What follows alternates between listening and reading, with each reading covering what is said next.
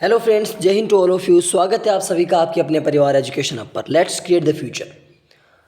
तो आज अपनी या आप सबकी डिमांड पर जो रीट की अपनी जो पात्रता परीक्षा आ रही है, उस पात्रता परीक्षा के सिलेबस का डिस्कशन करके और फिर एक नई क्लास का अनाउंसमेंट करने की बात करते हैं। तो आप सभी ने डिमांड की थी कि रीट के बारे में कुछ बताइए, और आने का चांस अभी देखिए, अभी तो क्या है, क्या सिलेबस क्या होगा वो तो कुछ कह नहीं सकते।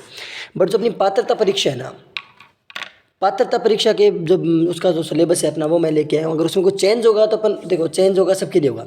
ये प्रीवियस ईयर के आधार पे सिलेबस है। जो पिछले साल अपने सिलेबस था वही सिलेबस मैं आपके लिए लेके आया हूँ, और उसके आधार पे आपको तैयारी करवाएंगे। और अगर कुछ चेंज होगा तो कोई बात नहीं, वो सबके लिए होगा, तो अपन फिर दोबारा कोई दिक्कत नहीं कर लेंगे अगर कुछ चेंज होगा तो।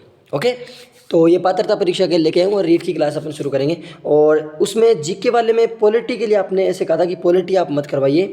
तो पॉलिटी की बात ये कि पॉलिटी चलिए कोई दिक्कत नहीं, अभी अपन उसको थोड़ा रेस्ट पे रख लेंगे। पॉलिटी नहीं करवा करके हम क्या करेंगे, रीट वाला जो ये वाली क्लास है ना, ये अपन स्टार्ट कर लेंगे। कि पॉलिटी आपने ये कहा था कि अभी पॉलिटी वाला कोई ऐसा क्यों, जीके वाला पोर्शन इतना है तो नहीं।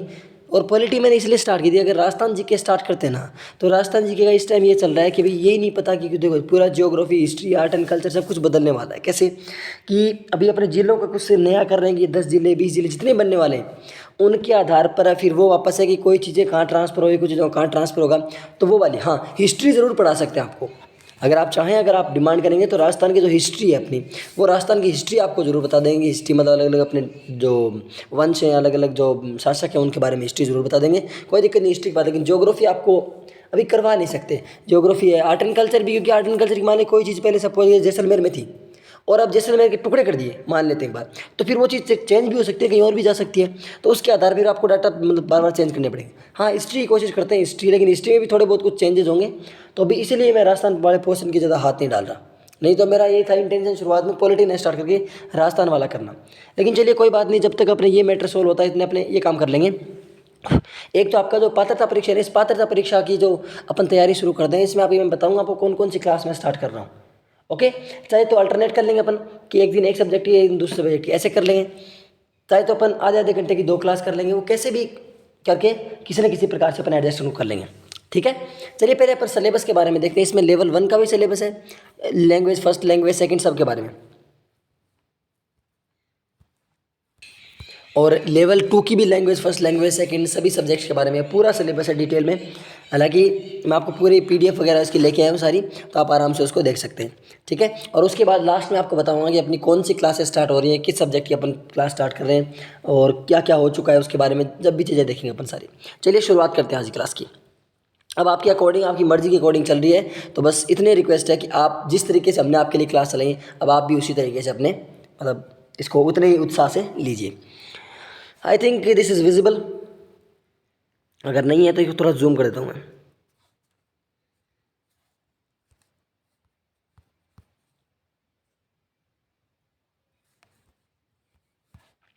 चलिए, जूम होने में से कोई दिक्कत आ रही है तो कोई दिक्कत नहीं, आपको वैसे भी दिख रहा है सामने कि अपने। और बाकी आपको अगर इसकी पीडीएफ वगैरह चाहिए तो आपको बता ही दिया, अपना टेलीग्राम चैनल है, वहाँ पर आप जा सकते हैं, जाके इसकी पीडीएफ भी ले सकते हैं। और वैसे भी आपको प्रोवाइड करवा देंगे, लिंक इसका डिस्क्रिप्शन में डाल देते हैं टेलीग्राम का, तो आप टेलीग्राम पर जाकर वहाँ पर पीडीएफ देख सकते हैं। चलिए करते हैं आज की क्लास की स्टार्ट। आज की क्लास में क्या हम पहले हम देखेंगे साइकोलॉजी और अपनी पात्रता परीक्षा। देखिए ये सिलेबस आपको मैं फिर बता दूं 2022 के अकॉर्डिंग है, यानी अपनी जो गत पात्रता, जो पीछे वाली जो पात्रता परीक्षा लगी थी उसके आधार पे। अगर इसमें कुछ चेंज होगा तो वो सिलेबस मेरे अकेले के लिए नहीं, आप सबके लिए चेंज होगा, और सभी के लिए जो भी पात्रता परीक्षा देंगे उन सब के लिए होगा। और पात्रता क्योंकि आपकी जब तक आपकी, अगर आपने पात्रता पहले पास कर रखी है तो कोई दिक्कत नहीं, लेकिन आपने अगर नहीं कर रखी तो पात्रता परीक्षा पहले आपको क्वालिफाई करनी है, उसके बाद आप रीट मेंस दे सकते हैं। अब तक तो अगर आगे कुछ नया संशोधन हो जाता है तो उसकी अपन बात कह नहीं सकते। ये क्या, ये अपन बात करते हैं। देखो पहले भाग में क्या है कि अपना बाल विकास एवं शिक्षण विद्या, पेपर फर्स्ट में जो अपना जो है उसमें बाल विकास एवं शिक्षण विद्या है। बाल विकास में यूनिट कौन कौन सी है? पहली अपनी यूनिट है बाल विकास।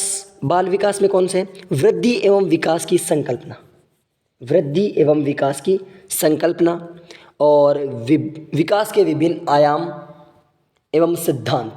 देखिए आपके ये जो सिलेबस आपको दिया हुआ है ना, वृद्धि और विकास के बारे में आपको पूरा बताएंगे, क्या वृद्धि होती है, क्या विकास होता है पूरा, उसके बारे में विकास के विभिन्न आयाम अलग अलग कौन कौन से किस मनोवैज्ञानिक ने क्या क्या दिया उसके बारे में, उसके अलग अलग सिद्धांत है, विकास को प्रभावित करने वाले कारक कौन कौन से, विशेष रूप से कारक किसकी बात की है, परिवार एवं विद्यालय के संदर्भ में, यानी ज़्यादा इन्हीं भी चीज़ों पर गौर करना है। उसके बाद एवं अधिगम से उनका संबंध, अधिगम से किस प्रकार से विकास संबंधित है उसके बारे में, वंशानुक्रम और वातावरण की भूमिका। तो ये अपनी यूनिट फर्स्ट है। कौन सी यूनिट है? अपनी यूनिट फर्स्ट है। अब चलते हैं यूनिट सेकंड के बारे में। दूसरी यूनिट में क्या है?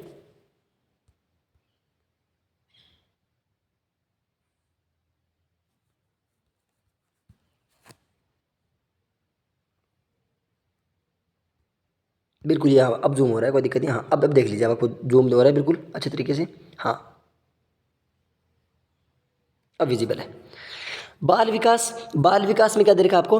बाल विकास वृद्धि एवं विकास की संकल्पना, विकास के विभिन्न आयाम एवं सिद्धांत, विकास को प्रभावित करने वाले कारक, विशेष रूप से कारक कौन से, जो परिवार एवं विद्यालय के संदर्भ में है। हमारा जो मतलब परिवार है, परिवार और विद्यालय के संदर्भ में जो है अधिगम से उनका संबंध। अब देखिए यहाँ मैं इन चीज़ों को अगर डिटेल में बताने लग गया ना कि ये विकास होता है, ये होता है, हमें सिर्फ आपको सिलेबस समझाना है कि ये आपका सिलेबस रहेगा। इसकी PDF आप एक बार ध्यान दीजिए, आप किसी भी एग्जाम की तैयारी करते हो, आपके हाथ में, आपके सामने, सबसे पहले आपकी टेबल पे आप सामने आपका जो जहाँ भी आप पढ़ते हो वहाँ आपका सिलेबस ज़रूर होना चाहिए। चाहे आप तैयारी मन से कर रहे हो नहीं कर रहे हो, डजेंट मैटर, लेकिन सिलेबस आपके सामने होना चाहिए। अगर आप कितने ही उसको प्रभावशाली तरीके से कर रहे हो लेकिन आपके पास सिलेबस नहीं है ना, तो फिर आप यूँ है कि मतलब वो बिना किसी रास्ते के आप मतलब मंजिल की तरफ जा रहे हो। उसके बाद वंशानुक्रम और वातावरण की भूमिका। तो इस सिलेबस को आप अपनी PDF निकलवाना और PDF निकलवाने का अपने पास सेफ रखना, और उसके आधार पे आपको तैयारी करनी कि आपने ये टॉपिक हो गया, ये हो गया, ये हो गया। चलिए आगे करते हैं। उसके बाद ये यूनिट फर्स्ट हो गई। यूनिट सेकंड क्या है? व्यक्तिगत विभिन्नताएं, कि मतलब अलग अलग व्यक्तियों में किस प्रकार की विभिन्नताएं होती हैं, उसका अर्थ क्या होता है, उसके प्रकार क्या क्या होते हैं, और व्यक्तिगत विभिन्नताओं को प्रभावित करने वाले कारक कौन कौन से हैं। उसके बाद व्यक्तित्व की बात करेंगे, पर्सनैलिटी की बात करेंगे, संकल्पना क्या है उसकी, व्यक्तित्व के प्रकार कितने होते हैं, व्यक्तित्व को प्रभावित करने वाले कारक कौन कौन से हैं, और व्यक्तित्व के मापन की जो अलग अलग विधियाँ हैं, उन विधियों के बारे में अपन डिस्कशन करेंगे। उसके बाद अगला अपन पॉइंट लेते हैं बुद्धि। बुद्धि की संकल्पना क्या है, बुद्धि किस प्रकार से अपने काम करती है, बुद्धि के सिद्धांत में इसका मापन किस प्रकार से होता है, बहुबुद्धि सिद्धांत है जो हार्वर्ड गार्डनर का, उसके बारे में, और उसके निहितार्थ, इनके बारे में अपन डिस्कशन करेंगे। ये हो गया अपना। उसके बाद यूनिट थर्ड, मतलब 5 किया यूनिट है ना, आई थिंक 5-6 यूनिट है तो 5 किया, अगर 5 यूनिट है तो 3 अपने चर्चा नंबर की। उसके बाद विविध अधिगमकर्ताओं की समझ, मतलब अलग अलग जो अधिगम करता है उनकी समझ, जैसे पिछड़े बालक हैं, विमंदित बालक हैं, प्रतिभाशाली बालक हैं, सृजनशील बालक हैं, अलाभान्वित बालक हैं, वंचित बालक हैं, विशेष या आवश्यकता वाले जो CWSN होते हैं ना बच्चे हैं, अधिगम अक्षमता युक्त बालक हैं, इनके बारे में सब अपन डिस्कशन करेंगे किस प्रकार से बच्चे कौन कौन से टाइप के होते हैं। उसके बाद अधिगम में आने वाली कठिनाइयाँ, जिनको अधिगम पठार भी बोलते हैं, उनके बारे में अपन बात करेंगे। समायोजन की संकल्पना, मैंने समायोजन क्या है, एडजस्टमेंट कैसे करना होता है, समायोजन की संकल्पना, उसके तरीकों के बारे में बात करेंगे। समायोजन में अध्यापक की भूमिका क्या होती है उसके बारे में अपन बात करेंगे। 3 यूनिट। उसके बाद चलते हैं अधिगम का अर्थ, संकल्पना और अधिगम को प्रभावित करने वाले कारक। अपने अधिगम के पर नेक्स्ट यूनिट कौन सी आएगी अपनी, अधिगम की आएगी। हो सकता है अपन इनमें यूनिट में क्रम चेंज कर लें, कोई दिक्कत नहीं, अपने आगे पीछे हो सकती है, कोई बात नहीं है। ये नहीं है कि पहले यूनिट वही पढ़ो फिर दूसरी वो पढ़ो ना, कोई कंपलसरी नहीं है। जैसे आपका मन करे, जिस प्रकार से आपका मन करे वैसे पढ़ाओ, कोई दिक्कत नहीं। अधिगम के सिद्धांत जैसे व्यवहारवाद है, गेस्टाल्टवाद है, संज्ञानवाद है, निर्मितवाद है, इन सब के बारे में अलग अलग जो सिद्धांत है अलग अलग मनोवैज्ञानिकों द्वारा दिए गए, उनके बारे में, उनके निहितार्थ, उनके प्रयोग कैसे होते हैं, बच्चे कैसे सीखते हैं, अधिगम की प्रक्रियाएं कौन सी होती हैं, चिंतन क्या है, कल्पना क्या है, तर्क क्या है, निर्मितवादी उपागम क्या है, अनुभविक अधिगम क्या है, संकल्पना मानचित्रण क्या है, अन्वेषण एवं समस्या समाधान क्या है, इन सब के बारे में अपन डिस्कशन करेंगे।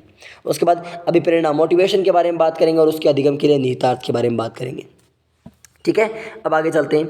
अगली अपनी आती है अंतिम यूनिट। अंतिम यूनिट में क्या है, शिक्षण अधिगम की प्रक्रियाएं, राष्ट्रीय पाठ्यचर्या रूपरेखा NCF 2005 के संदर्भ में शिक्षण अधिगम की व्यू रचना विधियाँ, यानी अपना NCF 2005 क्या बोलता है उसके बारे में। आकलन, मापन, मूल्यांकन का अर्थ, उद्देश्य, सतत और समग्र मूल्यांकन, उपलब्धि परीक्षण और सीखने के प्रतिफल। ये जो यूनिट है ना, ये वाली, ये यूनिट आपकी हर एक जो अपना सब्जेक्ट है, माने हिंदी है, हिंदी में भी ये यूनिट है। साइकोलॉजी में हो गई, हिंदी में हो गई। इंग्लिश अगर आप ले रहे हो तो इंग्लिश में भी है। अगर आप सेकंड लैंग्वेज, मतलब दोनों लैंग्वेज फर्स्ट और सेकंड दोनों में है। उसके बाद आपका जो सब्जेक्ट है, यानी एसएसटी है कि एनवायरनमेंट है या फिर आपका जो मैथ्स है, साइंस है, उनमें से ले रहे हो उसमें भी है। यानी ये अकेली यूनिट जो आकलन, मापन, मूल्यांकन, सतत और समग्र मूल्यांकन, ये सारी यूनिट्स का मैं एक बार ही पढ़ाऊंगा। और एक बार अगर मतलब पढ़ाऊँ तो एक बार ही पढ़ाऊंगा, एक बार में ही सारा। ये नहीं कि फिर मैथ्स में अलग पढ़ाएंगे, मैथ्स में आकलन क्या होता है, और वही होता है, वही सीसी मैथ्स में, वही सीसी हिंदी में, वही इंग्लिश में, वही साइको में, सब में एक ही चीज़ है वो। तो एक बार उसका डिस्कशन हो जाएगा। क्रियात्मक अनुसंधान, एक्शन रिसर्च, कि बच्चे के ऊपर किस प्रकार से अपन कर सकते हैं। शिक्षा का अधिकार अधिनियम RTE 2009 के बारे में अपन डिस्कशन करेंगे। ठीक है, तो ये आपका जो पेपर फर्स्ट है ना, उस पेपर फर्स्ट में साइकोलॉजी का सिलेबस हो गया। किसका हो गया? साइकोलॉजी का सिलेबस हो गया। क्लियर? ओके, आगे चलते हैं। नेक्स्ट चलते हैं पेज नंबर 2 पे। ये आपका इंग्लिश में, अगर किसी को हिंदी नहीं समझ में आ रही तो आप इंग्लिश में देख सकते हैं, इसका स्क्रीनशॉट ले सकते हैं और सिलेबस मैं आपको पूरा प्रोवाइड करवा दूंगा। उसके बाद चलते हैं अपन 3 नंबर पे। ये आपका है लैंग्वेज फर्स्ट। अब देखिए, लैंग्वेज फर्स्ट और लैंग्वेज सेकंड क्या है। लैंग्वेज फर्स्ट आप जो मर्जी आप ले सकते हैं, अभी जो आगे लैंग्वेज आएंगी ना उनमें आपको पहली लैंग्वेज वो लेनी है। और लैंग्वेज सेकंड फिर उसकी द्वितीय भाषा, आप जो आपने फर्स्ट में ले ली ना, जो लैंग्वेज आपने फर्स्ट में ले ली वो लैंग्वेज आप सेकंड में नहीं ले सकते। जैसे मान लीजिए आपने फर्स्ट लैंग्वेज हिंदी ले ली, तो सेकंड लैंग्वेज आप हिंदी नहीं रख सकते। सेकंड लैंग्वेज आपको हिंदी को छोड़कर बाकी जो भी लैंग्वेज हैं उनके ऑप्शन हैं वो आप ले सकते हैं। ठीक है, मैं यहाँ पे सिर्फ आपको सिलेबस डिस्कशन करूँगा फर्स्ट लैंग्वेज हिंदी का। देखिए, अगर मेरी बात मानो ना, तो मेरा तो मानना ये है कि फर्स्ट लैंग्वेज आपको हिंदी ही लेनी है। चाहे आप इंग्लिश मीडियम के, चाहे आपको इंग्लिश ही सब्जेक्ट क्यों ना हो, आप चाहे इंग्लिश में कितने मास्टरमाइंड हो, लेकिन फिर भी मेरा मानना यही है। और मेरा मानना क्या, मेरा मतलब यही बात मान लीजिए, क्योंकि हमने चीज़ों को परखा है, हमने इन चीज़ों के बारे में पूरा पढ़ करके और इन्हीं से एग्ज़ाम क्वालिफाई कर करके सिलेक्शन लिया है। तो आपको तभी हम बता रहे हैं, आपको तभी बता रहा हूँ कि आप लैंग्वेज फर्स्ट है। कुछ लोग कहेंगे कि नहीं मुझे तो इंग्लिश बहुत अच्छी आती है, तो ऐसे नहीं। अरे मानता हूँ अच्छी आती है, लेकिन इंग्लिश अच्छी आती है ना, आप फिर भी हिंदी को फर्स्ट लैंग्वेज लिखिए। क्योंकि अगर आप सेकंड लैंग्वेज हिंदी लोगे ना, तो उसमें आप साहित्य के अंदर चले जाओगे, और साहित्य हर किसी के बस की बात नहीं है। इसके हिंदी सब्जेक्ट है ना, वही साहित्य में जब अटक जाता है तो फिर ये कैसे। इसलिए फर्स्ट लैंग्वेज हिंदी। हाँ, सेकेंड लैंग्वेज आप जो रखना चाहो, अगर आप इंग्लिश रखना चाह रहे हो इंग्लिश रख लीजिए, संस्कृत रख रहे हो, उर्दू, पंजाबी, नेपाली, बंगाली, जो भी भाषा है उसमें वो आप रख सकते हो, कोई दिक्कत नहीं। ऑप्शन आएंगे, मैंने कहीं ये मत समझ लो कि इसमें नेपाली रख लूँ मैं, मतलब आएंगे आपके पास सामने ऑप्शन कि आप इनमें से लैंग्वेज फर्स्ट और लैंग्वेज सेकंड चूज कर सकते हैं। ठीक है, तो ये लैंग्वेज फर्स्ट हिंदी का सिलेबस आपके सामने है। मैं देखिए, मैं सारा सिलेबस डिस्कशन नहीं करूँगा, बट जो मेन अपने सिलेबस है ना एग्जाम्स का, उनके बारे में डिस्कशन आपसे कर लूँगा। एक अपठित गद्यांश आएगा उस तरीके से, उसमें से मतलब अपठित गद्यांश इन सेंस कि मतलब अपठित गद्यांश जैसे अपने आता है उससे संबंधित क्वेश्चन पूछ जाएंगे आपसे। जैसे तत्सम तद्भव शब्द कौन से होते हैं, देशज विदेशज शब्द, ये L2 का सिलेबस है, ध्यान देना है इस चीज़ को। L2 और L1 लेवल सेकंड का सिलेबस है। अभी L1 का मैं बाद में बताऊंगा। साइकोलॉजी लगभग सेम है, कुछ चीज़ें थोड़ी बहुत अंतर होंगे इनमें सब्जेक्ट में, लैंग्वेज में, बाकी कोई दिक्कत वाली बात नहीं होगी। ठीक है, ये L2 का सिलेबस है, और L2 साइको मैं आपको बता चुका हूँ, हिंदी अभी बता रहा हूँ। L1 का सिलेबस उसके बाद डिस्कशन, जब L2 का पूरा डिस्कशन कर लूँगा उसके बाद में और L2 में कॉमन है, चाहे वो SST हो चाहे वो साइंस हो, दोनों में कॉमन अभी तक चल रहा है। जब अलग आएगा तब मैं अलग बता दूँ कि यहाँ पे आपका सिलेबस आगे अलग हो गया। अलग सिर्फ एक लास्ट वाले पोर्शन में आता है, बाकी 3 तो सेम है ना, तो बाकी लास्ट वाले पोर्शन में अपना अलग डिस्कशन कर लेंगे। ठीक है, तो अपठित गद्यांश की बात कर रहे हैं, उसमें तत्सम तद्भव देशज विदेशज शब्द आएंगे, आपके पर्यायवाची शब्द आएंगे, विलोम शब्द आएंगे, एकार्थी शब्द आएंगे, उपसर्ग आएगा, प्रत्यय आएगा, संधि और समास आएंगे, संज्ञा, सर्वनाम, विशेषण, विशेष्य, अव्यय, वाक्यांश के लिए एक शब्द, शब्द शुद्धि, ये सब आएंगे। ध्यान दे लिया, फिर मैं कह रहा हूँ ये L2 का सिलेबस है। उसके बाद दूसरा अपठित गद्यांश में से उसमें क्या आएगा, मतलब अपठित गद्यांश नहीं आएगा आपके, कहीं सोच ले रहे हो, उसमें से आपको रेखांकित शब्द के अर्थ स्पष्ट करना है, यानी आपको शब्दार्थ देने दी हुई, आपके वचन, काल, लिंग ज्ञात करने, आपको दिए गए शब्दों के वचन और काल बताने, लिंग उनका बदलना है, राजस्थानी हिंदू शब्दों के रूप बताने आपको। उसके बाद तीसरा क्या है, आप वाक्य के बारे में जाओगे कि आपकी वाक्य रचना क्या है, वाक्य के अंग कौन कौन से, वाक्य के प्रकार क्या है, पदबंध क्या है, मुहावरे और लोकोक्तियाँ क्या है, विराम चिन्ह क्या है। फिर आपकी भाषा की 15 नंबर की आपकी इसमें ग्रामर आएगी, और 15 नंबर की शिक्षण विधि आएंगी। 15 नंबर की साइको 30 नंबर की होगी, 15 नंबर की आपकी हिंदी ग्रामर, और 15 नंबर की हिंदी आपकी टीचिंग मेथड्स, 15 नंबर की लैंग्वेज सेकंड ग्रामर, और 15 नंबर की लैंग्वेज सेकंड जो टीचिंग मेथड टाइप में वो आएगा। ठीक है ना, चलिए, उसके बाद भाषा की शिक्षण विधियाँ आएंगी, भाषा शिक्षण के उपागम आएंगे, भाषा दक्षता का विकास आएगा, भाषाई कौशल का विकास जैसे LSRW, लिसनिंग, स्पीकिंग, रीडिंग और राइटिंग, सुनना, बोलना, पढ़ना और लिखना, इनके बारे में आएगा। हिंदी भाषा शिक्षण में चुनौतियाँ कौन कौन सी आती हैं उसके बारे में बात होगी। शिक्षण अधिगम सामग्री कौन सी है उसके बारे में बात होगी। पाठ्य पुस्तक कौन सी आपकी बहुमाध्यम है, मतलब मल्टीलिंगुअल जो है उसके बारे में। शिक्षण के अन्य संसाधन है। एक बात बता दूँ आपको, लैंग्वेज सेकंड जो आपकी जो हिंदी और इंग्लिश की जो टीचिंग मेथड है ना, उनमें सिर्फ इतना ही फर्क है, लैंग्वेज का फर्क है। वो इंग्लिश में दे देंगे, आपको हिंदी में दे देंगे, बाकी लगभग चीज़ें सेम है। अगर आपने हिंदी में अच्छे तरीके से समझ लिया ना तो आप उसको इंग्लिश में, अगर आपने इंग्लिश में समझ लिया तो आप उसको हिंदी में आपस में एक दूसरे में कर सकते हो। उसके बाद बात करते हैं भाषा में मूल्यांकन, अभी बात की थी। उपलब्धि परीक्षण का निर्माण, समग्र और सतत मूल्यांकन और उपचारात्मक शिक्षण, ये आ गई आपकी वो यूनिट बताया था ना मैंने आपको, जो साइको में बताई थी, वही चीज़ें आ गई। अब इसमें ये नोट देख लीजिए, पिछली बार था, अब नए सिलेबस की मैं बता रहा हूँ कि नया सिलेबस में अगर कुछ चेंज होगा तो उसके लिए आपके लिए भी चेंज होगा और मेरे लिए भी चेंज होगा। मैं प्रीवियस ईयर का सिलेबस बता रहा हूँ और उसी के आधार पर आपकी क्लासेस अभी स्टार्ट करेंगे, और अगर नया सिलेबस कुछ आएगा तो उसमें आप कोई दिक्कत नहीं, हम पढ़ लेंगे।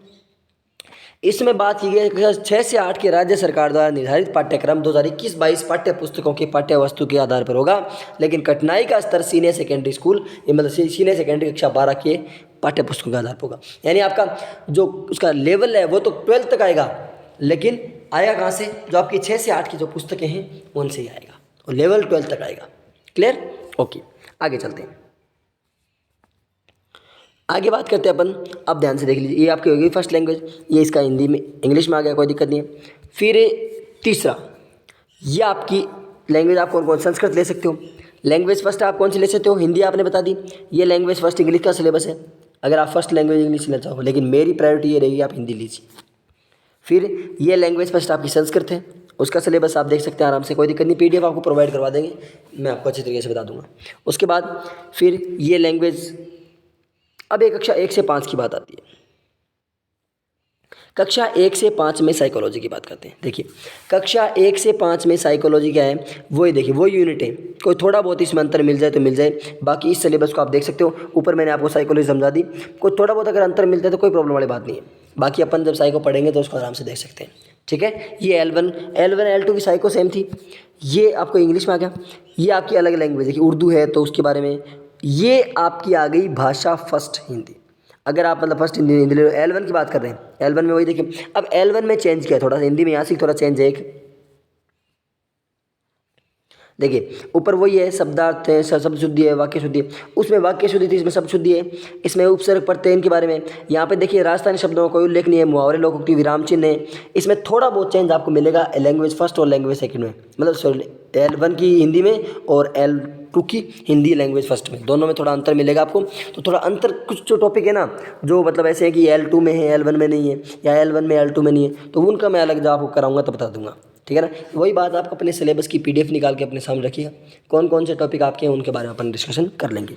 ठीक है, आगे चलते हैं। उसके बाद ये आपका L1 इंग्लिश का आ गया पेपर फर्स्ट का, ये फिर आपका सिंधी भाषा का आ गया, मतलब अलग अलग लैंग्वेज का, ये आपका संस्कृत का आ गया कक्षा 1 से 5 तक, ये आपका उर्दू का आ गया, ये आपका पंजाबी का आ गया होगा, अलग अलग लैंग्वेज का आपके सिलेबस आपके सामने आ गया।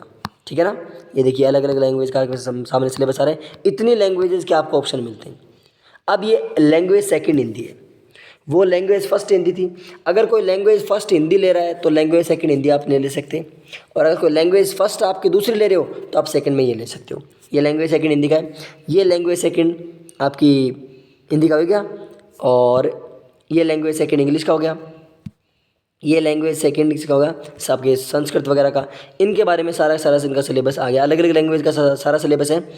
फिर उसके बाद आते हैं अपन कक्षा 1 से 5 तक की गणित के बारे में, ये रहा 1 से 5 की मैथ्स के बारे में, ये रहा।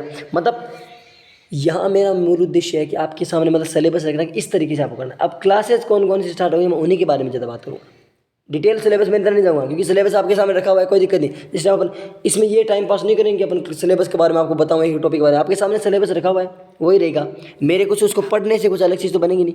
मैंने आपको इतने कह दिया कि मैंने आपको PDF प्रोवाइड आपको करवा दूंगा, आप उसकी PDF देख लीजिएगा, और फिर उसके आधार पर अपन क्या करेंगे, अब अपन क्लास को स्टार्ट करेंगे। मैं आपको सिलेबस के बारे में बता चुका, आपके 2 पेपर होंगे, L1 का अलग है, L2 का अलग है। L1 में वही 5 अलग अलग 4 चीज़ें रहेंगी, साइको दोनों में कॉमन रहेगी, थोड़ा बहुत कुछ अंतर हो सकता है। लैंग्वेज फर्स्ट लैंग्वेज सेकंड दोनों में कॉमन रहेगी, थोड़ा बहुत कुछ 19-20 हो सकता है, कोई दिक्कत नहीं। फिर आपका जो उसके बाद L1 में क्या होता है, एक मैथ्स का पोर्शन है, एक एनवायरनमेंट का पोर्शन है, ओके। और L2 में क्या है आपका, L2 में मैथ साइंस का अलग है पूरा पूरा 60 नंबर का, और SST का पूरा पूरा 60 नंबर का है। आपके टोटल 150 नंबर के क्वेश्चन आएंगे, इसमें से 30 नंबर की साइको है दोनों में, 30 नंबर की लैंग्वेज फर्स्ट, 30 नंबर की लैंग्वेज सेकंड। अभी मैं बताता हूँ आपको, देखिए चाहे L1 हो L2, 30 नंबर की आपकी साइको प्लस 30 नंबर की आपकी लैंग्वेज फर्स्ट और प्लस 30 नंबर की आपकी लैंग्वेज सेकंड, ये 90 नंबर का पोर्शन दोनों में सेम है। कोई 19-20 का अगर कोई एक आधा टॉपिक आगे पीछे है तो इसमें हो सकता है, उसमें नहीं है, उसमें हो सकता है, इसमें नहीं है, कोई दिक्कत वाली बात नहीं है। उसके बाद यहाँ L1 में 30 नंबर की तो मैथ्स आ जाती है और 30 नंबर की एनवायरनमेंट, ओके। इस 30 नंबर में और L2 जो अपने SST है उसमें 60 नंबर की SST आती है, और L2 मैथ साइंस है उसमें 60 नंबर की मैथ साइंस आती है। क्लियर। इस 30 नंबर साइको में पूरी की पूरी साइको आएगी। इस 30 नंबर में 15 नंबर इन आपके ग्रामर के और 15 नंबर टीचिंग मेथड की। इसमें 15 नंबर का अलग पोर्शन जो अपने हिस्ट्री वाला साहित्य वाला पोर्शन आएगा, 15 नंबर की आपके टीचिंग मेथड आएंगे। इसमें 30 नंबर में 10 नंबर के टीचिंग मेथड आएंगे, इसमें भी आपके 10 नंबर के टीचिंग मेथड आएंगे, बाकी 20-20 नंबर का आपका सब्जेक्ट आएगा। इसमें आपके 10 या 15 नंबर या 20 नंबर तक बहुत ज़्यादा टीचिंग मेथड आएंगे, और इसमें भी आपके 10, 15, 20 नंबर तक आपके टीचिंग मेथड आएंगे, बाकी 40 नंबर का आपके कंटेंट आएगा, ओके। पात्रता परीक्षा अगर आपको पास करनी है तो आप 60% आपको लाने, मतलब लगभग देखिए 90 नंबर का आप एवरेज लेके चलिए। अगर आप किसी भी कैटेगरी 90 नंबर आपकी जनरल की कट ऑफ है, उसके बाद अगर OBC है, SC ST उनकी कट ऑफ डाउन होती है, कोई दिक्कत वाली बात नहीं, लेकिन आप 90-100 का लेके चलिए, कोई दिक्कत नहीं कि आपको 100+ तो क्वालिफाई करने, 100+ आप लेके आइए, अच्छी बात है, आपका अपनी क्वालिफिकेशन भी हो जाएगी और आपका अच्छे तरीके से तैयार हो जाएगा। अब क्लास कौन कौन सी मैं स्टार्ट करने वाला हूँ, अभी मैं आपको बताता हूँ, जैसे जैसे टाइम मिलेगा वैसे वैसे क्लास स्टार्ट होगी। अभी अपन साइकोलॉजी की तो स्टार्ट कर लेंगे।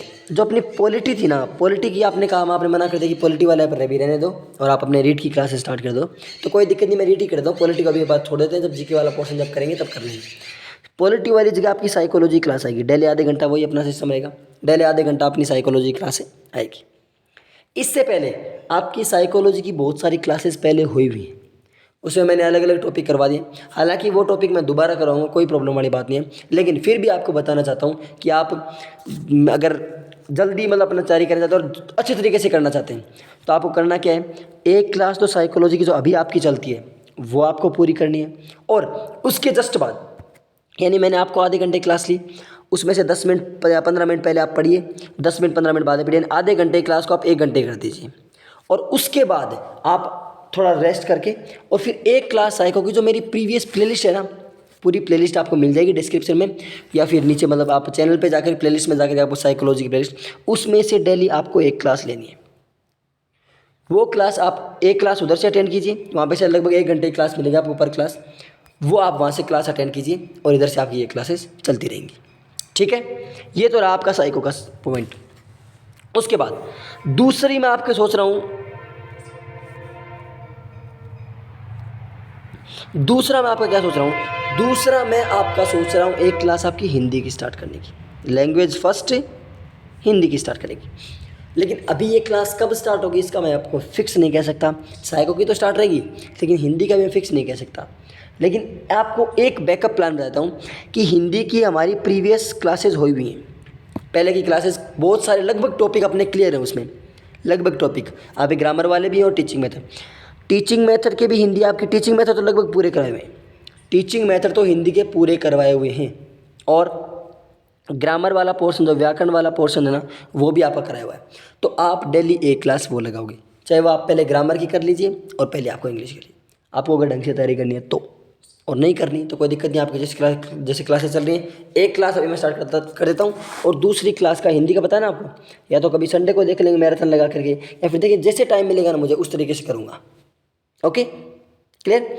लेकिन ज़्यादा बेनिफिशियल क्या रहेगा कि आप एक क्लास हिंदी की और एक क्लास साइको की, 2 क्लास लें, हिंदी की अपने प्रीवियस क्लासेस में से लें, साइको की अपने प्रीवियस क्लासेस में लें, 2 तो आपको प्रीवियस क्लास लेनी और एक अभी जो मैं करंट में चलाऊंगा वो लेनी, यानी 3 क्लास तो आपकी कन्फर्म हो गई, 3 क्लास आपकी कंफर्म होगी और उसके बाद एक क्लास अगर सोचेंगे अगर टाइम मिला तो मतलब जैसे भी होगा जिस तरीके से संडे को मैराथन लगा ली, संडे को थोड़ा मैराथन लगा करके और एक टॉपिक ले लिया मैंने पूरा पूरा कर दिया। तो वो हिंदी के आप प्लेलिस्ट में जाइएगा, प्लेलिस्ट में आपको बहुत सारे टॉपिक कराए हुए हैं, प्लेलिस्ट में हिंदी के आपको बहुत सारे टॉपिक कराए हुए हैं, टीचिंग मेथड आपको पूरे कराए हुए हैं, वो आप ले सकते हैं। और साइको में आपको टॉपिक कंप्लीट कराए हुए हैं, वो आप पढ़ सकते हैं और दोबारा वो चीज़ें मैं पढ़ाऊँगा तब भी आप पढ़ सकते हैं। ठीक है ना, इतनी चीज़ें मैंने आपको बता दी। तो ये अपना था। और सिलेबस में देखिएगा, कुछ लोग कहेंगे कि सिलेबस को डिटेल से नहीं बताया, सही बताया।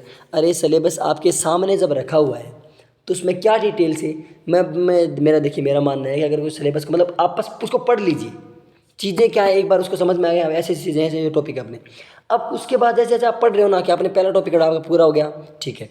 अगर सिलेबस को आप ये लग जाते हो कि सिलेबस में क्या है, पूरा उसको पूरा खोल के लग जाते हो कि ये है कि ये नहीं है, वो नहीं है, वैसा नहीं है, तो आप 2-2 4-4 घंटे में भी सिलेबस चल रहा है तो कोई दिक्कत वाली बात नहीं है, लेकिन उससे बस आपका टाइम वेस्ट होना है। आपके सामने अपनी PDF रखिए, जो आपकी जो है आपके सामने जो मतलब पेज में उसको प्रिंट निकलवाइए और हमेशा आपके सामने रखिए। जैसे जैसे मैं आपको टॉपिक पढ़ाऊंगा वैसे वैसे आपको बताऊंगा कि ये आपका टॉपिक कंप्लीट हो गया, ये आपका, आप उस पर टिक करते जाइए और एक दिन आपका पूरा सिलेबस आपका कवर हो जाएगा। क्लासेस मैंने बता दी किस तरीके से क्या ले लिया। अभी मैं पॉलिटी वाली क्लास को कुछ दिनों के लिए रोक रहा हूँ, कुछ दिनों के लिए मतलब जैसे टाइम मुझे मिलना शुरू हो जाएगा फिर कोई दिक्कत नहीं है, फिर मैं डबल ट्रिपल क्लास से भी स्टार्ट कर दूँगा, लेकिन अभी मेरे पास टाइम नहीं है। मैं क्लियर कहता हूँ, मैं ये नहीं कहता कि मैं दिन में 10 क्लास ले लूँगा और फिर एक भी नहीं लूँ। एक लेनी है तो एक के लिए कहूँगा मैं, दूसरी जिस दिन कैपेबल हो जाऊँगा कि मैं दूसरी क्लास ले सकता हूँ या कोई और टीचर को ढूंढ करके मैं दूसरी क्लास लगा सकता हूँ, उस दिन मैं आपकी दूसरी क्लास भी लगवा दूँगा। ठीक है, लेकिन अभी के लिए सिर्फ इतना ही है कि मैं एक ही क्लास आपके लगवा सकता हूँ, एक ही क्लास ले सकता हूँ। और जो बोर्ड वाली है कोशिश करेंगे साई को आपकी बोर्ड पे वैसे चलाएं लाइव सामने। ओके, तो ये आज की अपना सेशन था कि जो पॉलिटी वाली क्लास रोक करके हम रीट की पात्रता वाली जो अपनी है उसकी तैयारी शुरू कर रहे हैं, उसका सिलेबस डिस्कशन कर रहे हैं। मिलते हैं अगली क्लास में, तब तक के लिए जय हिंद, जय Bharat and thank you for watching.